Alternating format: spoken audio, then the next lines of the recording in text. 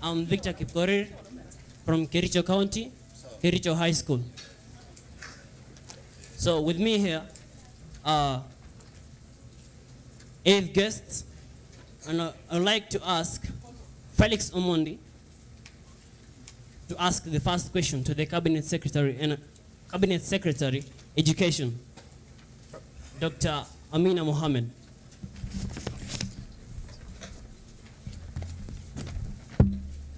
My name is Felix Omondi. Order members. Order, excuse me sir. I'm here on your right. I want to request you to just sit. It's a hot seat. Sababu najua waziri akiamka hapo atoke, aje amesimama hapa, kesho hutamuuliza. Atakwambia si nilikuwa naambia hao watu wote.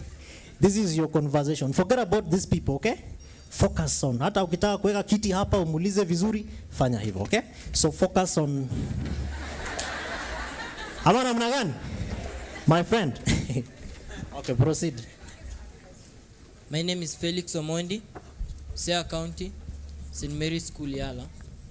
And my first question to you is that, what is your government doing to improve education for all children? Well, thank you. Thank you very much.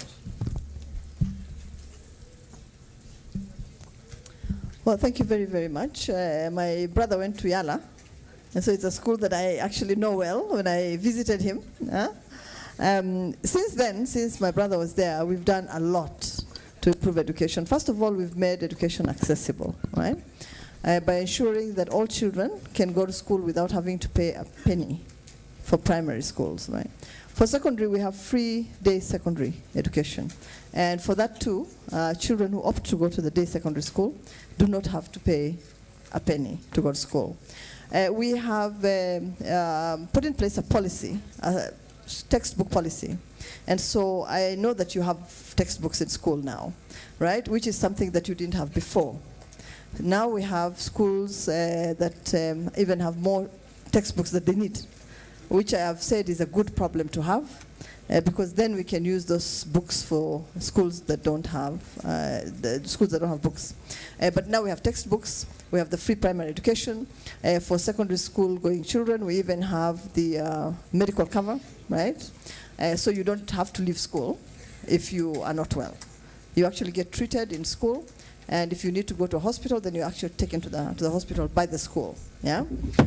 We've also made sure that when you sit your exams, that you don't pay exam fees. So now your certificates are not held back because you haven't paid for your exams. We have increased the number of teachers, and we continue to do that. We actually employ 8,000 to 12,000 teachers every year because we want to improve the student-teacher ratio. So I think that we've done quite a lot in a very, very short time. We take into account, of course, your co-curricular activities, and now we pay for all your co-curricular activities. And so we're in a good place. I mean, if there's one other thing that you'd like us to do, I mean, you can raise it, and maybe we'll develop a policy for it. But I think so far we're probably the only country on our continent that is doing so much for its children. Thank you. And Honorable Cabinet Secretary, and what have you done to help those children who are in the rural areas where they cannot get access to schools? We actually have very many schools in our rural areas, right? Right now we don't actually have access to primary schools. Yeah?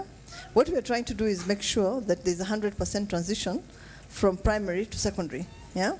And as I indicated earlier on, we now have 92% as of today that have transitioned from standard 8 to Form 1. And we are hoping that we can increase those numbers during this half term because I've instructed all schools to remain open, right, to enroll any child that has been left out. So I think that the issue actually is not access. What we are working very, very hard to do is improve the quality and make sure that the education that we provide is relevant. Round of applause.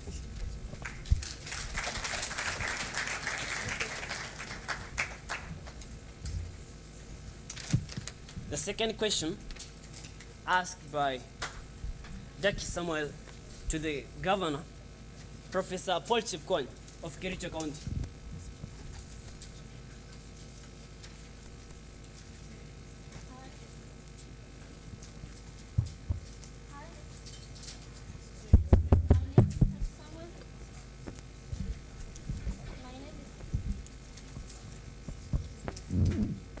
My name is Lucky Samuel. I'm from Marsabit County, Moigal Circle. Our question goes to Governor. Is the microphone on? DJ, please. Sound team.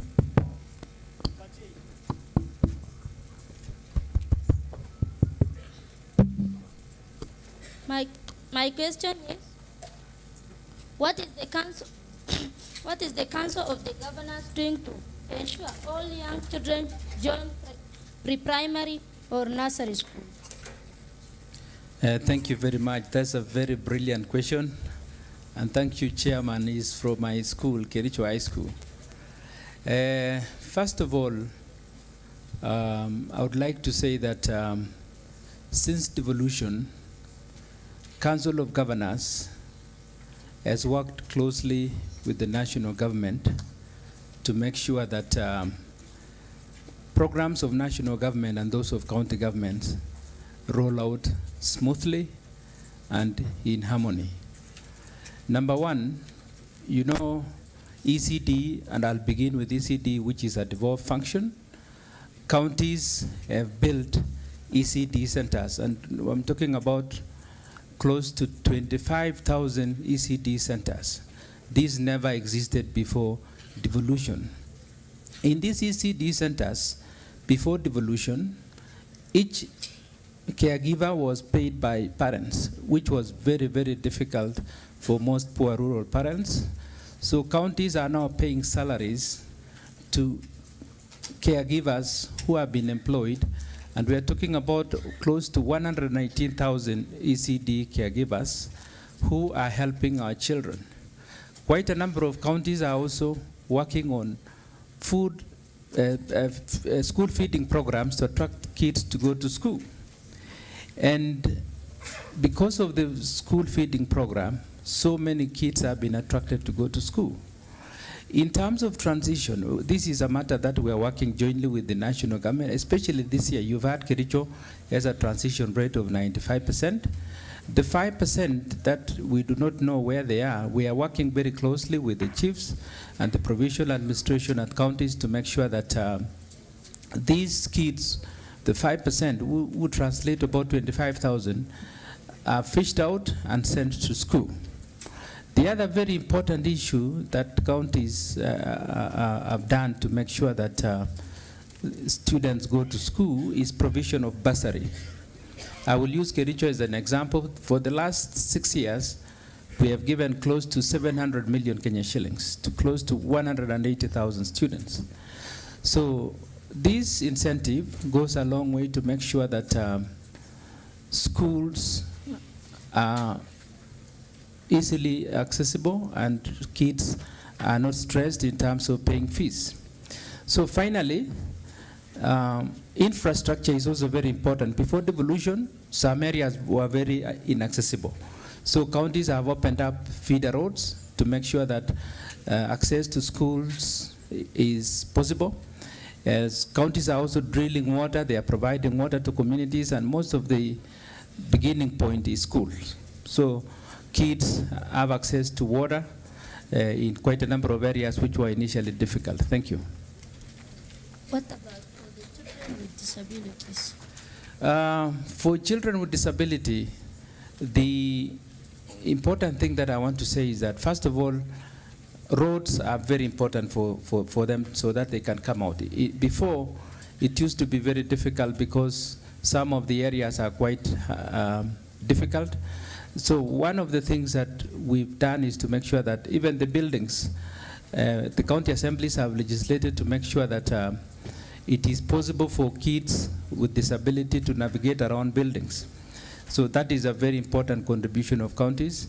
And of course, we make sure that all opportunities that are available, a specific number is set up for kids with disability. Thank you. Okay. A round of applause for Governor. So, the third question goes to the senator by Anzal Farah. Assalamu alaikum. My question goes to Senator.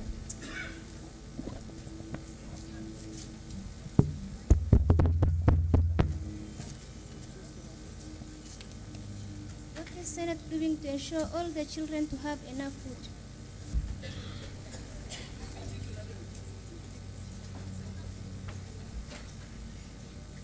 My name is Angel Farah from Garissa County, in the Dar Primary School. And my question,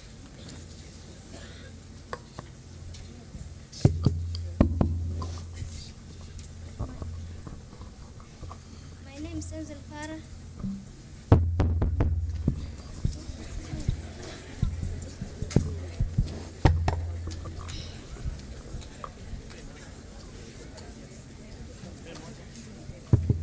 You know, when all the microphones face you, you can imagine the magnitude of that question.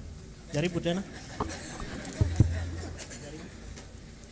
My name is Angel Farah from Garissa County in the Day Primary School, and my question goes to Senator. What is Senate doing to ensure all the children to have enough food? I really want to thank Zara for her question. I really want to thank Zara for her question. And I want to say that the issue of food security is an issue of great concern because it is an issue that directly affects the counties and affects the constituents of the county. And for the Senate, what you're saying is that we are really pushing and talking that food security should actually be taken up by the counties, and counties should ensure that they have enough food for their constituents, and farmers need to be supported. You remember we've been talking about the issue of maize, where farmers have been having issues concerning their maize. And we want to say that when it comes to food security, what we can do as a Senate is to insist that there's need for capacity building. Even governors themselves, they need to also have capacity building. Then it means that we're going to have enough food in the counties. So there's need to invest in agriculture. There's also need to encourage our farmers, because if our farmers are not encouraged, if they're discouraged, means they will not plant. And if they do not plant, it means that we will not have enough food. So I want to say that there's need, as a Senate, of course, to think of legislating laws that will ensure that a lot of money is going to the counties for the purpose of ensuring that the farmer is encouraged to farm. And apart from the farmer also being encouraged to farm, then there should be a mechanism of ensuring that the farmers are also able to dispose their food. Because if they do not dispose their food, what will happen? They will not want to farm anymore. Like I remember there are some farmers who decided to pull out of farming this year. There are some who have decided not to plant maize. So what will happen? There's going to be scarcity of maize. So we have a duty to really encourage the farmers. So we need to really talk about it even in the in Parliament. We need to also bring governors on board to tell us what exactly are they doing with regard to agriculture. And you remember also we have sugarcane farmers who had actually pulled out of sugarcane farming. But as a Senate, as we talk about it, the President has even given a directive that farmers should be paid, and that encourages farmers. So to have food security, we have to ensure that we are speaking to our farmers, we are ensuring that the farmers are actually motivated to work on land, because land is a factor of production. So if land is a factor of production and it's not being utilized, that will affect food security. And if there's no food security, the children will also be affected, because children are raised in a home. And in a home, children must have food, shelter, and clothing. So as a Senate, I want to say that that is what we are doing, ensuring that the county governments are investing in agriculture, putting a reasonable percentage of money towards agriculture. Thank you very much. Round of applause for Senator. And last but not the least, a question to Honorable Denita Gathi by Joyce Wanja.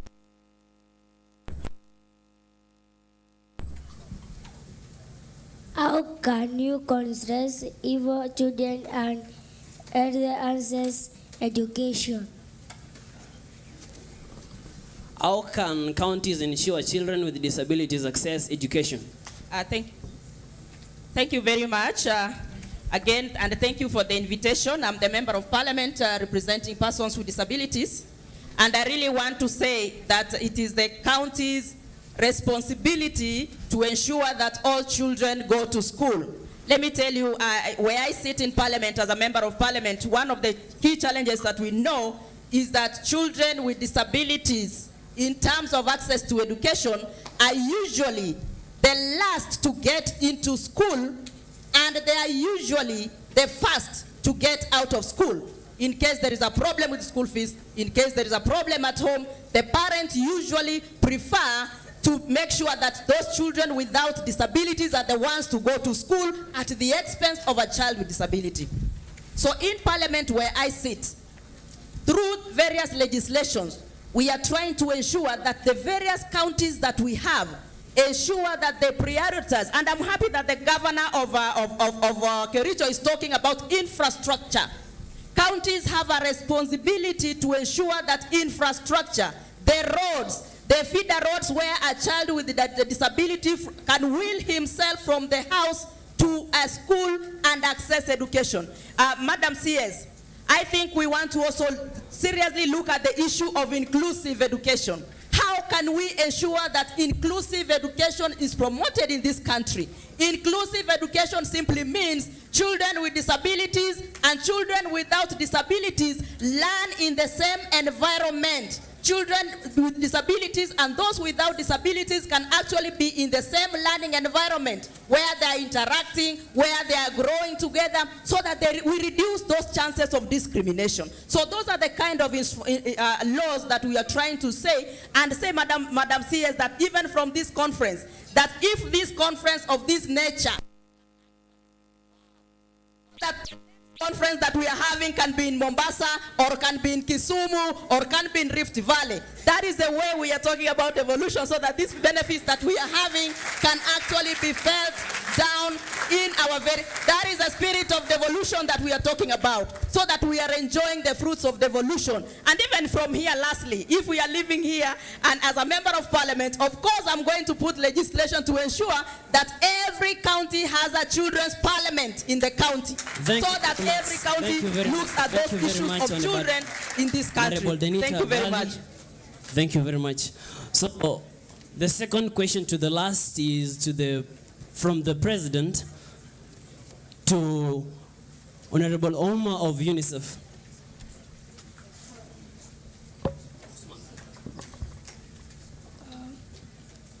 What is UNICEF doing to ensure they have safe water? Thank you very much. Thank you, President, Honorable President. I think I have the honor to have been asked this question by the President. Is it good? Okay. So I think let me start very quickly to say that I think that in UNICEF, every right of children is very important. They're equally, and part of those right to water is among those ones. We have supported, like we worked with Kenya National Bureau of Statistics. We partnered and developed a poverty study in the children's right. And what came up among the highest areas of deprivation for children, like areas where children are having problems. So what we're doing currently, just to summarize, is first of all, in UNICEF, we work in partnership with the government of Kenya in terms of building policies, in terms of building legislations at both national and county level, because what I know is a devolved function. That is number one. And the main purpose of this is to ensure that sufficient resources are allocated to build water points in every single community in the community. One other point which is very important, which I think is very linked with child education or child health, is also how to make sure that health facilities, how to make sure that schools at least have water points, because this is very critical and very important. I remember also one other thing is that during the drought, during the last drought, UNICEF's work with counties has contributed to save lives of so many children in the ASAL counties by ensuring that they have access to water in the different counties, particularly those who are affected with the drought. I think also, just to finish, one more point which is important is also our work is not only in water but also on sanitation, because it's also one important dimension of children's right into the country. Thank you very much. Thank you very much, Honorable Osman. Sorry for that. So the last question from me to Honorable Amina Mohammed, Jacqueline Wanjiru. On behalf of the children in the juvenile justice systems, are you to up the quality of our education?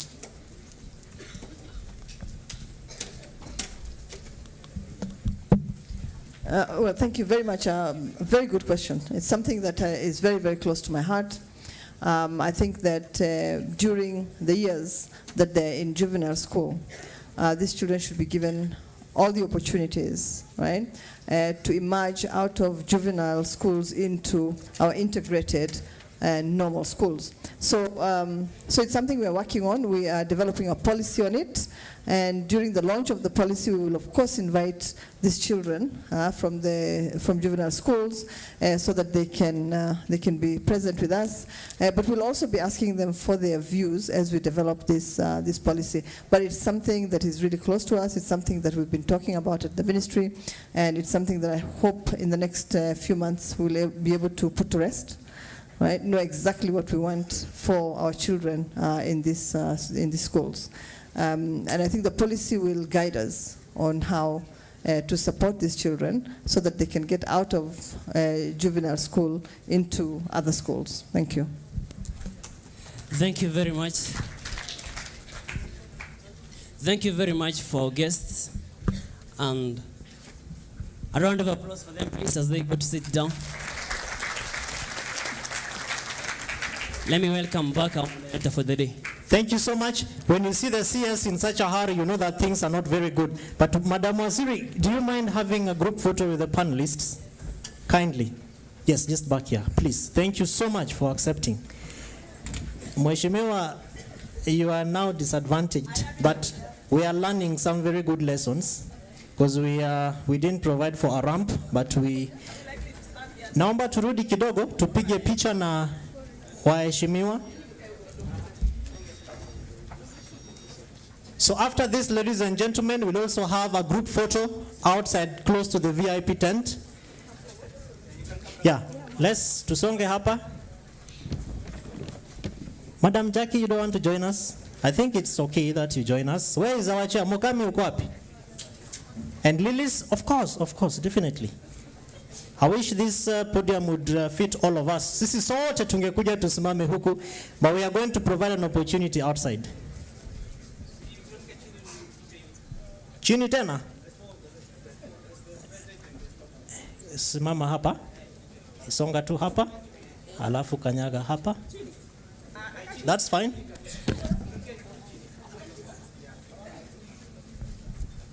That looks good. You want Lilies also to teremka? They are saying that the president, or you want to sit on?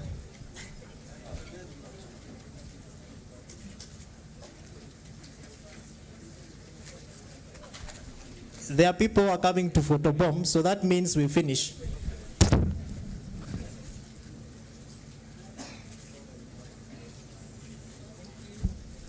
Thank Thank you so much. God bless you. Please let's have a group photo out there together with the CS. Yes.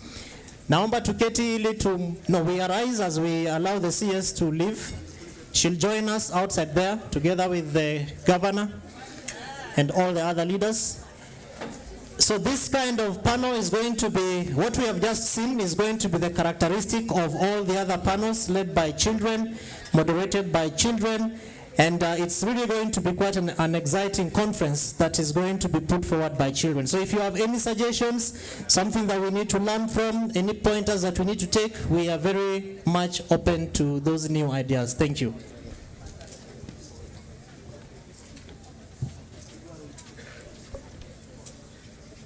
DJ, some very nice music as we recess for the group photo. After the group photo, we proceed for lunch. The ladies, we know where we go to. The males, we know where we go to. And then we return here at... What's the time?